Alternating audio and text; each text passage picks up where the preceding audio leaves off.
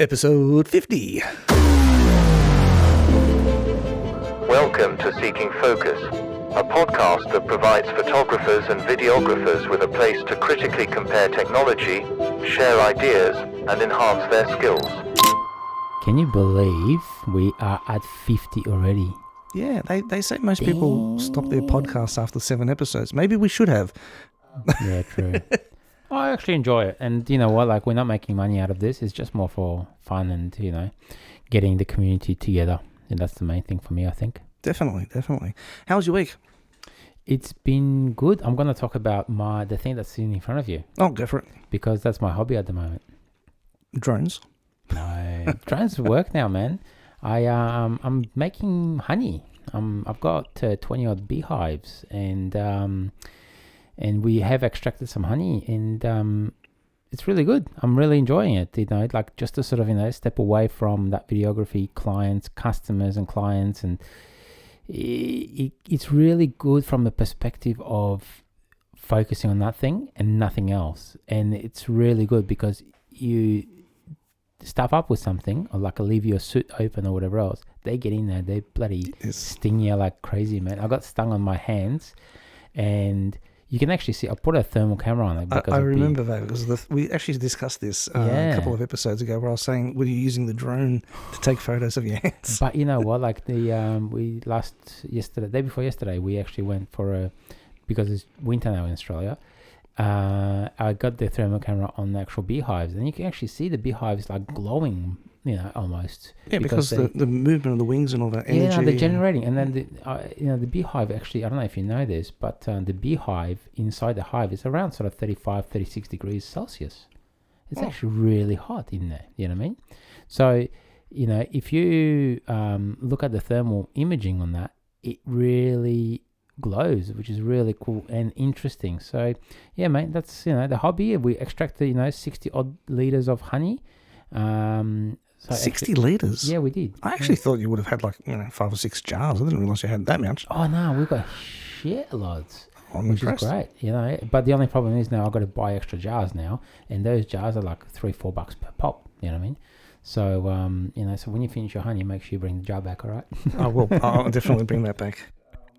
Cool. But yeah, it's been good fun, man. What's been happening with you? Not much with me, really, but I do have actually a really freaky story. Oh, freaky. My brother's travelling overseas at the moment. He's a medical professional, so he's worked his ass off. He works ridiculous hours, and he decided finally, after many years, that he was going to take a break. He's going to unwind.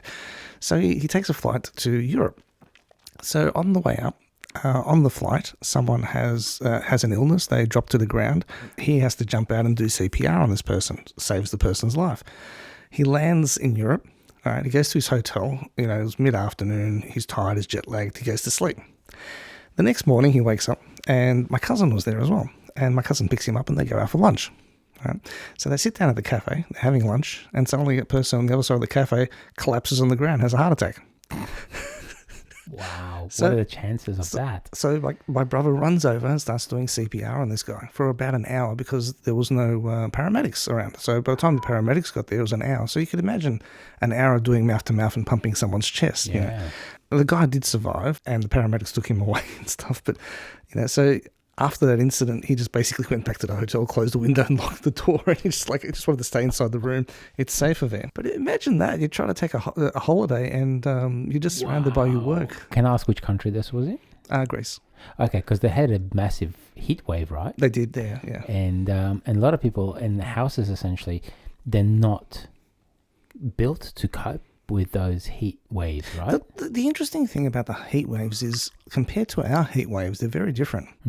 I think maybe we're accustomed to it here in Australia, but in Greece, it's like 30, 35 degrees. Everyone's like, oh my God, I can't deal with this. Yeah, it's really hot. And here it's like 45 degrees, and we're like, oh yeah, better switch the air conditioner on. Yeah.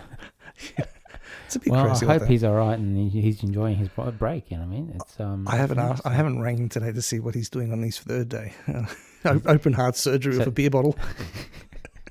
So saving 2 people's lives, one on the plane and one over there in Greece. So it's like, mate, what?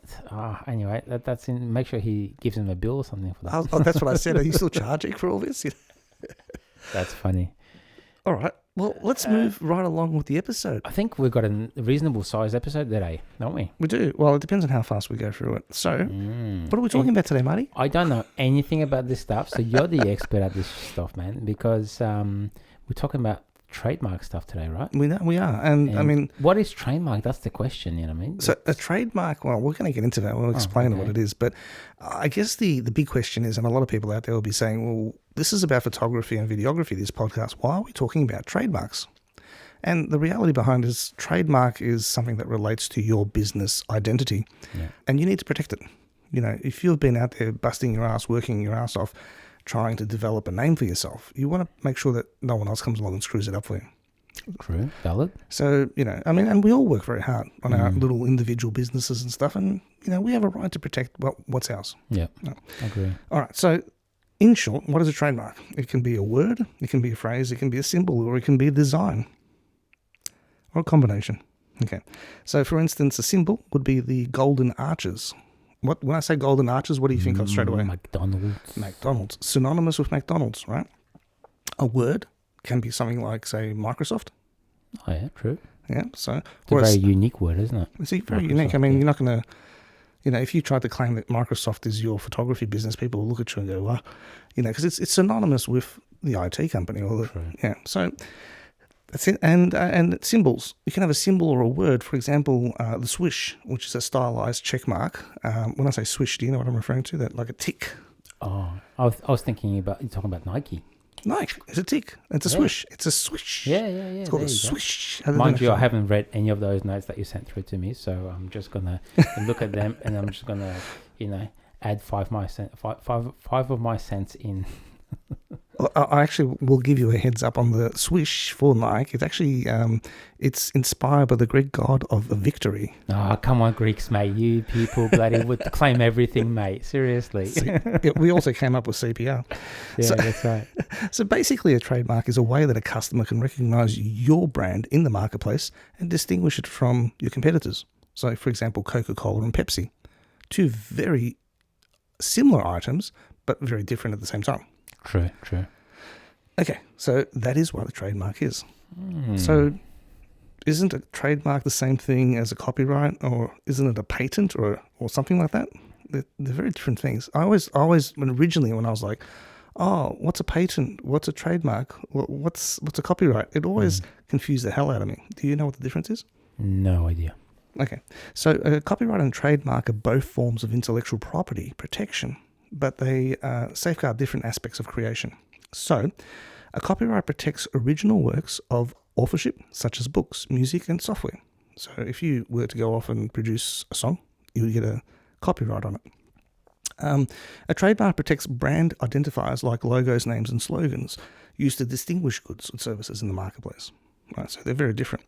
And a patent is a way of protecting an invention, a technical solution, or a new process. So they're very different. So one's about protecting your idea, one's protecting your identity, and the other one's just protecting your intellectual property.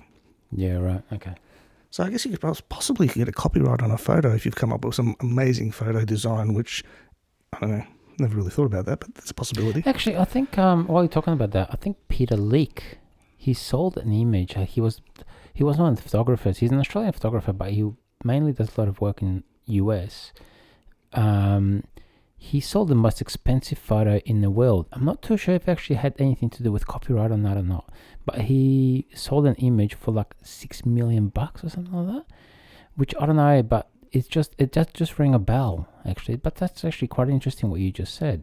I have no idea about that, so I can't answer that. No, I don't. But, you know, this was years and years ago, but, like, this was, like, the most expensive photo ever sold by a photographer, and Peter Leak is basically the main photographer for that. Anyway, don't quote me on that. Okay, I won't quote you on that. All right, so by having a trademark, and there's a couple of different versions of trademarks as well, we'll get into those a little bit later on. By having a trademark, you have legal protection of your brand. So, say for example, both you and I do photography, and we do video, and we do podcasts, and we do audio. Obviously, I'm way better than you are. 100%. 100%. In audio, anyway. And drone, I'm a better drone pilot than But you could come along And you do the same thing as me, and you pass yourself off as Evan. Mm-hmm. And I find out about it, and I'm like, whoa, hang on a sec. You're not Evan, I'm Evan. So, and the thing is, if there's no trademark there, how does a customer know the difference between you and me? Yeah, true. So there's nothing to stop me from showing up to your gig tomorrow wearing a 1x1 T-shirt that I've put together myself in the backyard of some texters, all right, and go, yeah, I'm Marty. True. How would you... But is the customer going to pay him or you? Of course, I'd be asking for cash in hand, right? Oh, of course, cashies. Of course, yeah, no, that's good. Oh, that's interesting. Yeah, no, you're right, though. I mean, there's not really a way of me stopping and saying, hey, I'm Marty from Pixel Life or whatever else. Well, you know what I mean? Realistically, people would just go, oh, really? Yeah, I work with Evan. I'm part of Pixel Life. In fact, I actually own 99% of the shares to it. Yeah. And I'm the managing director. So, but there's no, what recourse would I have if you did that? Yeah, true. You can't do anything, right? I mean, well, you can, because trademark does exist, even if you don't technically go off and create a legal document about it. We'll talk about it in a moment. Mm-hmm. Okay, so a trademark is your calling card. It basically distinguishes you, and it also highlights your achievements. So if I've gone off and I become a world famous photographer, Pixel Life is renowned for this type of photography, and you come along and go, yeah, I'm Pixel Life, I can do that. It protects my achievements. Okay. Yeah. Right. So how do you know that someone's got a trademark? Normally they said that on the logo it says TM, doesn't it? That's correct. So there's two logos, so TM and R with the circle around it. Okay. So TM stands for trademark, but it's an unregistered trademark. Okay, so you're probably thinking, what's the difference between a registered and unregistered trademark? All right, so at the moment, you don't have a trademark on your name, do you? No. Not suggesting that anyone go out there and try and claim to be you. Oh, they can, but, okay. It is what it is. But you've been trading under that name. You've got business cards, you've got photos of yourself with the logo, you're wearing the T-shirt. You can show that, your logo was developed on a particular day. You've worked under this, there's photos of you at an event which has a date on it, and you're wearing the 1x1 T-shirt. Yep. That in itself is a bit of a trademark because it's showing that you were using that name. Yeah. Okay. So that's what TM stands for. And TM can be used for if you're intending on getting a trademark or you're going through the process, but it's not as yet registered as a trademark. Okay. Now, when you go off and you get the little R symbol with a circle around it, it stands for registered trademark. Okay, which means basically it's legally yours and no one can challenge that. Well, yeah, I won't say no one, but it makes it a lot more difficult because it's actually in the books. You've paid money, you've got a name registered, it's yours. Yep. Okay, so, I mean, in Australia, you've gone off and registered your business name, right? That in itself shows that you've done something about it, but the actual name itself hasn't been saved under your name. So someone can come along and use it. Okay, yeah. And then you'd have to turn around and say, well, hang on a sec. I've been working with this name for such a long time. They're going to go, is it registered? You're going to go, no. And they're going to go, they're going to give you the middle finger. Yeah. And then it goes into a legal battle. Okay. Yeah. If you had a trademark and someone came along and tried to use it, you just send them out a notice saying cease and desist. I'll take you to court. Yep. And bang, it's in the story. Because you have the legal right to do that. It probably is worth noting that I don't have a TM or an R on my Pixel Life logo or brand name. Yeah. You don't have to have it. I probably will eventually one day get around to doing it. I've just been very, very lazy. I do have a trademark on my brand. So we haven't actually mentioned this, but you recently got a trademark for Pixel Life, right? Yeah, I do. It actually took me a very, very long time to get that name. Is that because someone else owned it? Yes. Yeah, and you had to wait for X amount of years, essentially. 8 years. 8 years? I had to wait for it 8 years. I was very, very patient. And there was a lot of follow-up during those 8 years. But the thing was, the name was actually registered to someone else who wasn't trading under the name anymore. They closed their business down. All right. And the only reason I found out that there was actually someone else using the name was because I started getting calls from clients. But they were in another state. They're saying, I need my photos on this day. And I'm like, what photos are you talking about? I didn't take your photos. And that was when I realized there was another Pixel Life out there. But hang on, sorry. I'm just going to cut you off there and keep that thought. But when you register your business, you actually they actually tell you if there's another name like that out there, right? Yes. So therefore, when you registered your business under that name, it should have been a red flag. A business name is different to a trademark. They're two separate things. So you've got a business name. There's nothing to stop you from having the same business name as someone else. Well, yes and no, because I tried to register Melbourne Images, and there was already a business name Image Melbourne registered, and they didn't let me register Melbourne Images. Okay, question. How long does the business name last for? 1 year. 1 year. A trademark lasts for? 10 years. 10 years. Oh. So he had his business. He was running it for 2 years. He no longer renewed his name. So I took on the name, not a problem. Right. But he could have turned around at any stage and said, and I didn't know this when I took on the name. I was completely oblivious. I was like, woohoo, domain name's available, business name's available, woo. That's what I normally sound like. So what ended up happening was I took on that identity, but it was actually trademark. So at any point, he could have turned around and said, well, hang on a sec. Yeah. You can't take that name on because it belongs to me. Yeah. And I would have had to change my name. So I was very, very Even fortunate. though you registered the business name, but because you were not registered under trademark, he's got a lot more authority over you legally. Infringing on his trademark. Wow. Okay. Yeah. But he wasn't around, and it wasn't an issue. So let's leave it at that. It took me 8 years to get it through, and it was painstaking, I've got to say. But look, the whole process itself is actually not that difficult. We'll get into that later on. Just one small thing. You can't go off and stick an R with a circle around it on your name if you don't actually have the actual trademark registered. It is actually illegal. So there's nothing to, you can't go off tonight and put R there so no one can go off and use your name. Because if it's found out that you've done that, it's illegal to do that. Okay. There you go. I won't do that, I promise. So, yeah, there you go. But, even if you've still used the name for a while and it's not registered technically, you can still possibly have a bit of an argument there, but it's not as strong as if it's legally binding as, basically I've got it registered and it's my business and then the story. Yeah. Okay. There you go. Yep. So the question is, do I really need a trademark? Do you need a trademark? I guess I do now.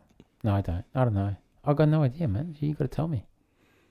Well, it's up to you. Do you want exclusive rights to your Name? items, what you've done, the history behind you, everything all the effort you've put in?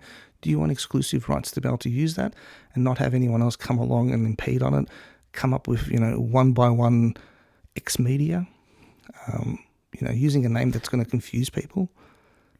Because technically, if they do come along and produce the same name and put an extra letter in there or a full stop, what's to stop them? Okay, so you're telling me, if I have, say, okay, so my business is 1x1 Media, right? So, but say if I register that name, so if they have something similar, they can't operate under that name?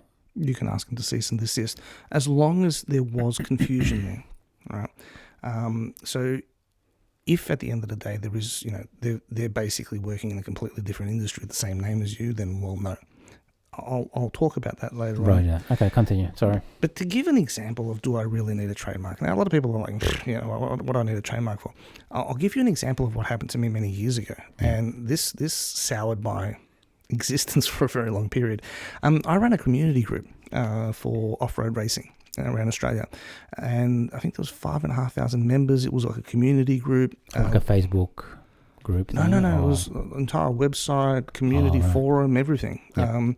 It was at the same time as Outer Limits. I'm not sure if you remember Outer Limits 4x4. Yeah, kind of vaguely. Yeah, but we took it to the next level. So it wasn't just an online forum. It was an activity group where we would go out and we would do training, driver training. We'd run activities. We'd go out, and have days out camping. We would, do everything under the sun. Yeah. We also undertook a lot of charity work.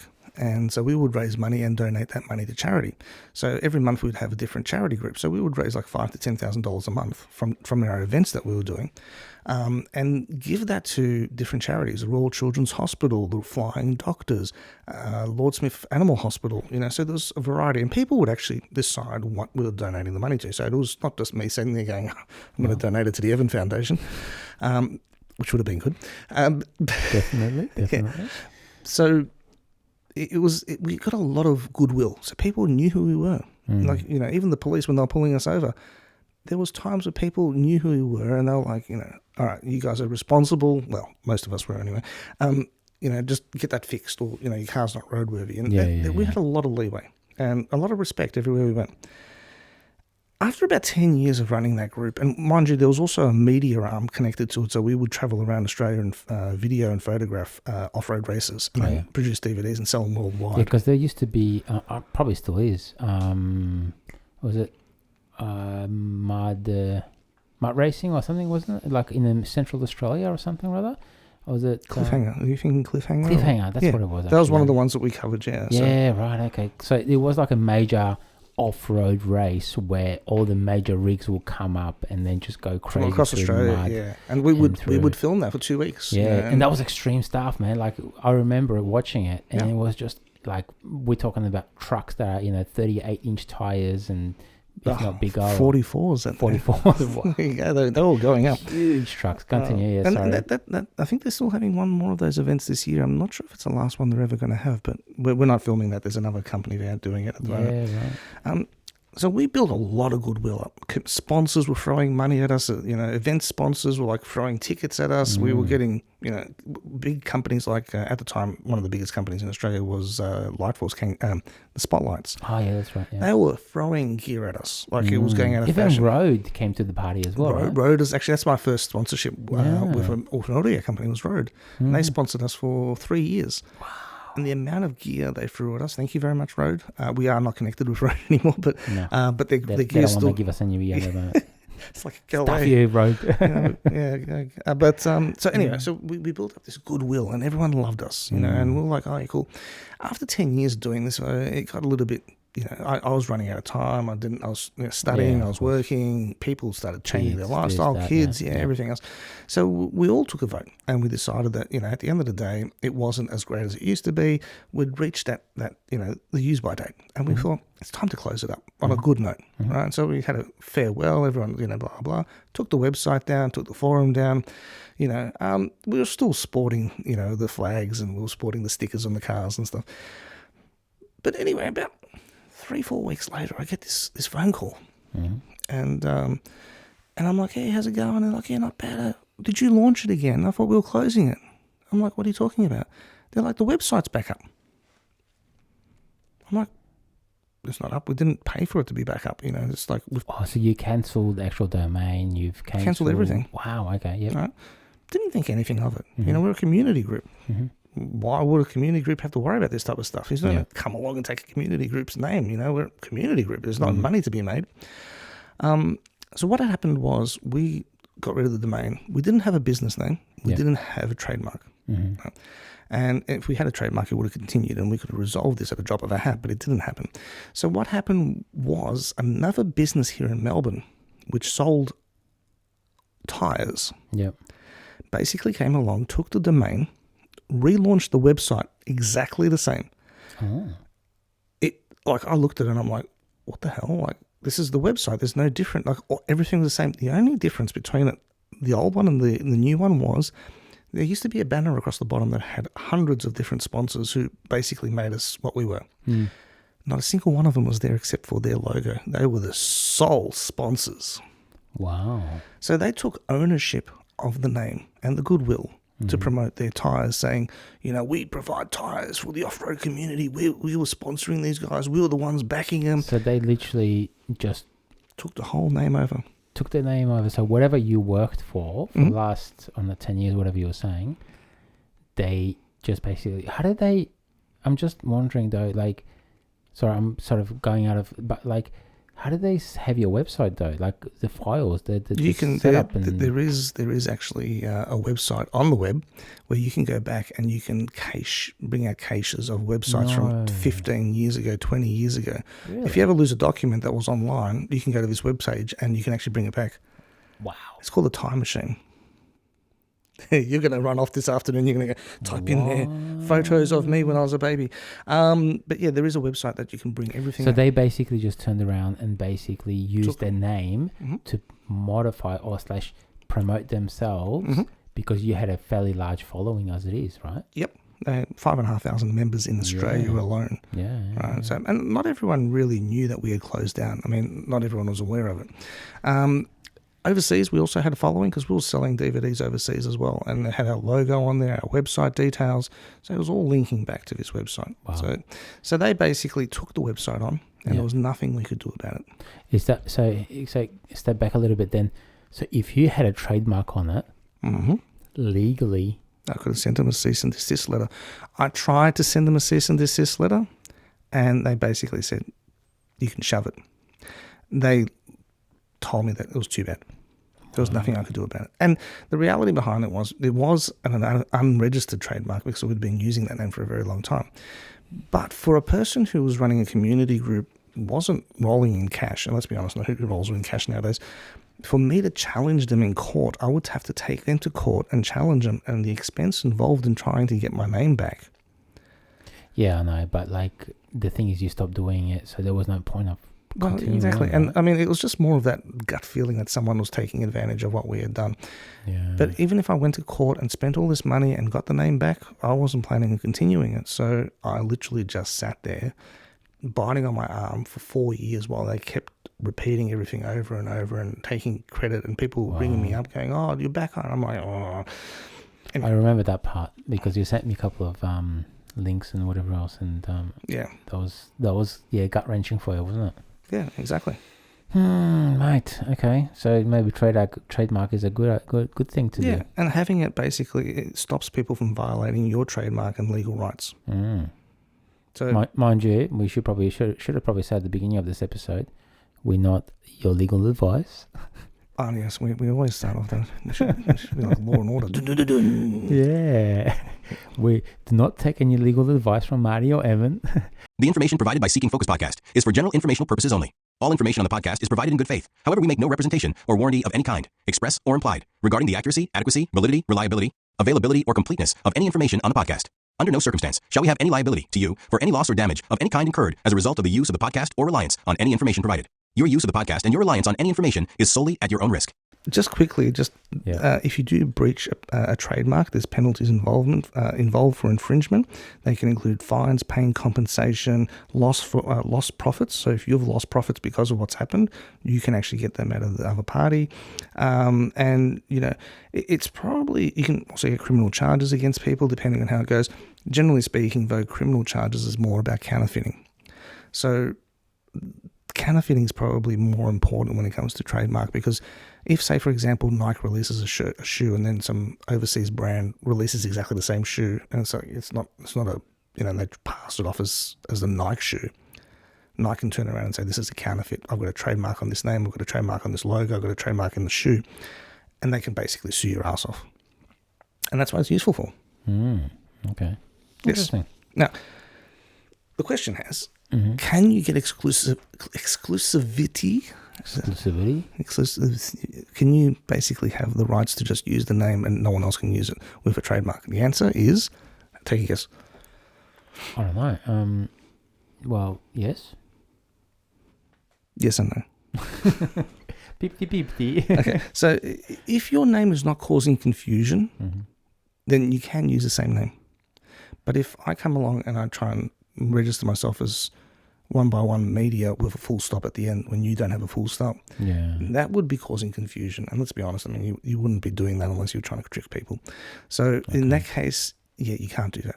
Okay. But there are instances where you can actually go off and use exactly the same name, and there's no problem at all doing that, because in trademarks there's categories.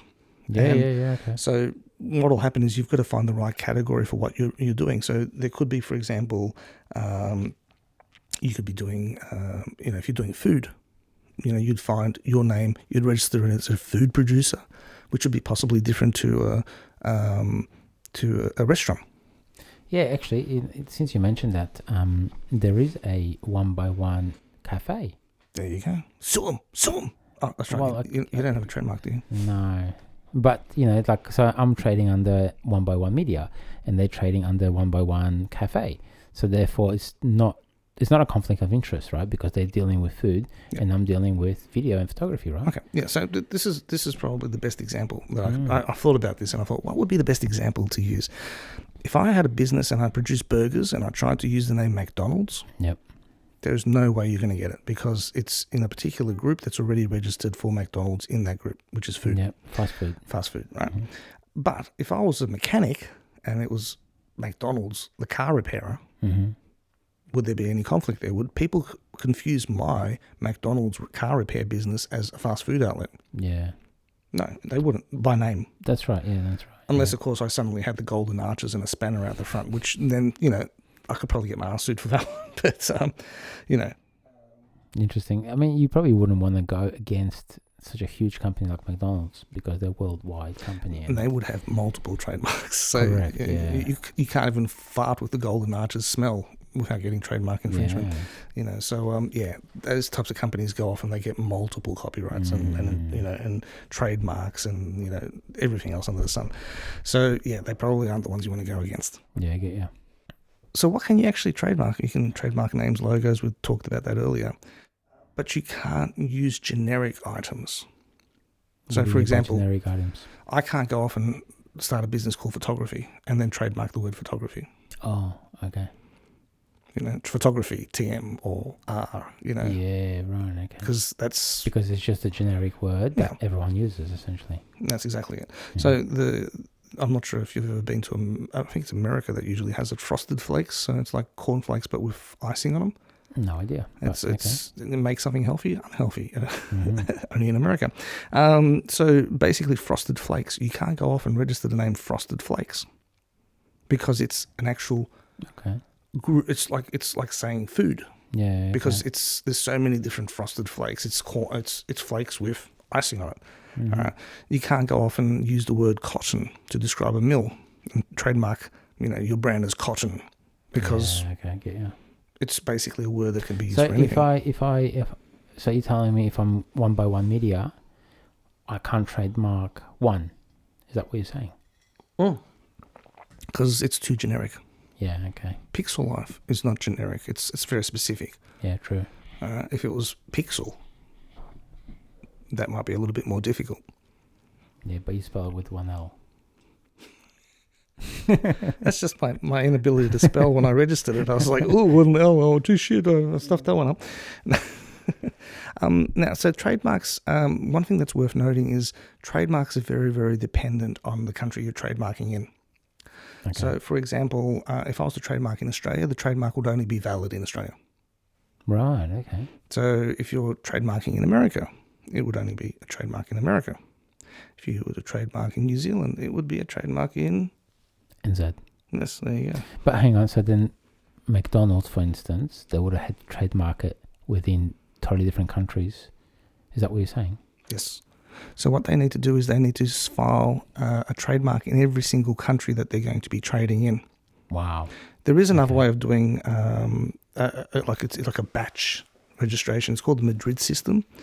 So it streamlines the approach. So you basically put it in there, just tell it which countries you want it registered in. It does it for you. Obviously, there's a cost involved. Yeah, wow. That's interesting. Mate, so lots of money in that if you are going to do each individual country and you've got, a hell of a lot of countries. Yeah. Look, for me personally, I'm not going to be selling my stuff on a worldwide level, not at this stage anyway in my life. So for me to have a trademark in America or China or in Korea or, Indonesia, there's no logic in it. It's just extra money that I've got to pay. Yep. So I only have my trademark in Australia. If you were planning on becoming hugely successful, you're an artist that everyone knows overseas, then you probably would want to consider that. It comes down to what you're planning on doing and how well you're known. Yeah, okay. Yeah, fair enough. Makes sense. Okay. So the first thing you do if you want to get a trademark, you need to do a search to make sure that there are no other businesses using the same trademark as you. And if there are, potentially if you can distinguish yourself from the other business. So, for example, 1x1 Cafe is different to 1x1 Media. Yeah. So there is a distinction there. But if they were, 1x1 Media and you tried to register the same name, there would be issues there. Yeah, 100%. But depending on the category, so you could still technically have both of them, but they would actually be trading in food, you'd be trading in media. Okay, so what you do is you check out the trademarks, make sure that no one else is using the same name as you, and then you basically find the category, you apply for it, and voila. So what I've done is I've compiled a bit of a list here. This is going to drag on. I apologize to everyone. It's based on our listenership. So we have worldwide listeners in every continent. Oh, wow. Okay. We do. So, Cool. But what I've done is I've compiled this list based on the highest listeners. So, if we've got one person in the Arctic or something listening to us, I'm not going to tell you about how to get the information. Stuff them. That's right. So in Australia, if you want to apply for a trademark, you go to ipaustralia.gov.au. In America, it is called the United States Patent and Trademark Office. In Germany, which is also one of our biggest listening groups, it's the German Patent and Trademark Office, DPMA. United Kingdom, it's the UK Intellectual Property Office, UK IPO. In Poland, Dzień dobry. yeah, there you go. I thought this one would catch your attention. The Polish Patent Office, UPRB. I even put the accent on. China, the Chinese National Intellectual Property Administration Office, which is the CNIPA. Beer. Spain is the Spanish Patents and Trademarks Office, SPTO. And in Ireland, it's the Patents Office in Kilkenny, which is also a beer. And It is Kilkenny, right? it is Kilkenny, yeah.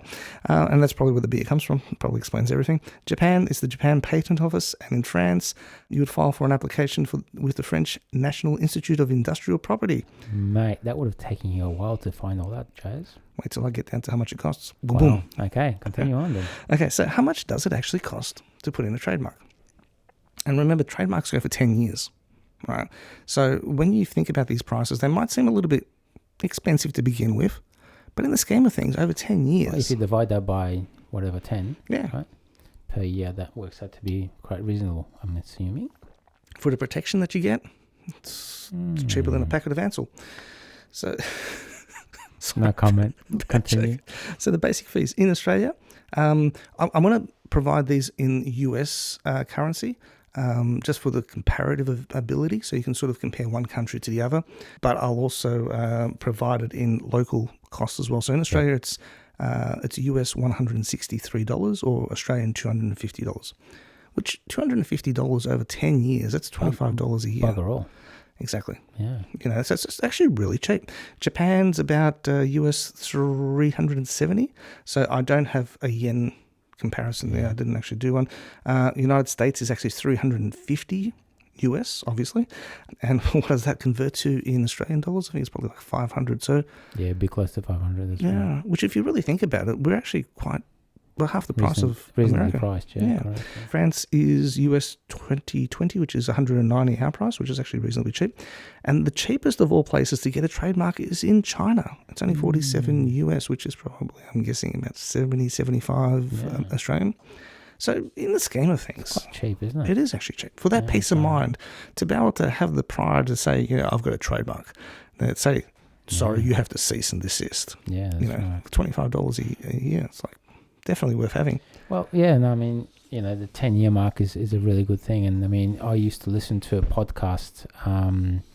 It's is it Josh? I can't remember now. Oh my God, he hasn't actually posted anything for a while. But Rustic River Media, he did similar episode on trademarks as well a while back. It would have been about a year ago now. But he actually had the same thing. So he's from US. He's Austin, Texas, I think he is. And he said the same thing. He goes, he's been working on this. So he had a trademark under his name, and he's been working obviously on the business for a while. And then all of a sudden, this extra person or some other person just popped up and started trading under Rustic River Media or Rustic River something. Yeah, anyway. And then as soon as, he found out, he was just like, what the hell? Straight into his lawyers.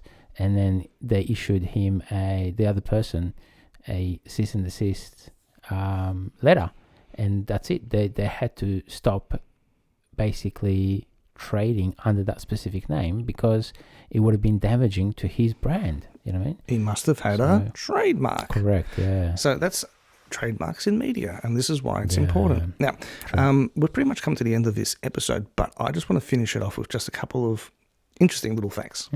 So whilst we said that you can't go off and register a trademark which is generic, there is ways of distinguishing your generic from someone else's generic.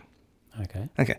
So you can actually go off and register a colour as your business colour. Pink. 1x1 media in pink. Yeah, if that's your thing, by all means. Sorry, I was checking on my TV. And thank you very much for the tea, by the way. That's right. Anytime. I should say thanks to my sponsors, Marty of his tea. Yeah, and honey too. And honey, I'm paying for that, all right? Yeah, the stuff you... Yeah, charging you a mint for it. Pay up. But UPS, the company, the American company, the delivery company. Transport, yeah. Yeah, they've actually got the brown colour registered as their colour for the uniforms, their vans. So it's a generic it's not a generic colour, it's a specific colour. So they distinguish their brown from other people's brown. Yeah, right. So what they've done is, and this is an interesting one, they've gone to a place called Pantone, or Pantone, I don't know how to pronounce it anyway, but I will say Pantone. And they chose a brown colour that was specific to this palette. So it's Pantone 462C. That's how you distinguish that brown from any other brown. So their brown is technically considered Pantone 462C, right? And that's how they managed to register it, because they've distinguished their brown from other people's brown. So it's not a standard brown, it's a shade of brown. Yes, it's a particular shade of brown. Right. But the problem is, let's be honest, right? I mean, if you saw the UPS brown next to poo brown, would you know the difference? It's brown to you, right? Yeah. It's just like, it's brown. SHIT is HIT. Yes, there's a number to the shit colour. It's Pantone SHI003T. Well, please don't sue us for, talking about poo. Yeah, but in the same vein, and the registration that's happened with, I think it's called chocolate brown or something. But anyway, it's not just brown. It's a specific brown. So they've done that. Okay. Now, Cadbury, for a very long time, actually had purple on their chocolate bars. They did. I believe they had a trademark in 1995. How good am I at remembering these dates? Yeah, I'm impressed. I'm reading them. So basically, in 1995, they went off and did a trademark on the colour purple for their packaging of chocolates to distinguish their chocolate from other people's chocolates. Yeah, right. But later in life, in 2004, they realised that their trademark was actually very specific to a particular product. So I think it was like chocolate bars, and then they had released chocolate powder, and they had chocolate drinks. And so they wanted to extend that particular trademark to more products, but they got knocked back. And there's a long story behind it. I'm not too sure about the details, but potentially because they didn't actually have a distinction on the colour. I don't know. But it is interesting to know that. And lastly, you might remember someone who was a demon on the guitar, Prince. Oh, yeah. So after he died, Paisley Park Enterprises, which was the business behind him, they went off and tried to register the purple colour. Purple Rain. Purple was his favourite colour. Yeah. He always wore purple and everything. So what they did was they tried to put a trademark on purple. This was back in 2021. And to be honest with you, 21? That means 4 years ago? 4 years ago. So that's when they actually put in, they tried to put in a trademark of that. I did say patent. I keep saying patent. I apologise for that. They tried to put in a trademark for the colour purple. And I don't know where it's at. But once again, they actually did distinguish it. They went to Pantone and they basically said, we need a colour. They had a colour given to them. And I believe it's custom Pantone from the Institute. It's called Love Symbol Number 2. So they actually called that purple colour, that specific purple colour, Love Symbol Number 2. Wow, talking about legalities, eh? Yes, and the reason they did that is because they don't want anyone else to get up on stage covered in purple and start performing, taking on the resemblance. Yeah, okay. And that is trademarks. Wow. That's interesting. So the question is, are you going to apply for it?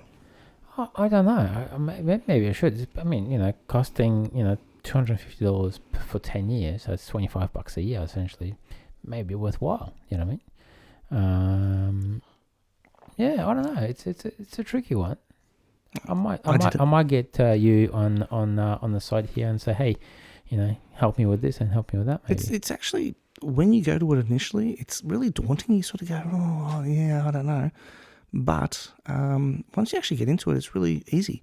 The only thing that you should be prepared for is it does take a lot of time, because when you put in your application, the people on their side have to do checks and tests and make sure there's no one else out there, there's no conflicts. So actually, person actually checks that. Yep, someone actually checks it. Wow. But not only do they check it for local, but they also check it against international trademarks.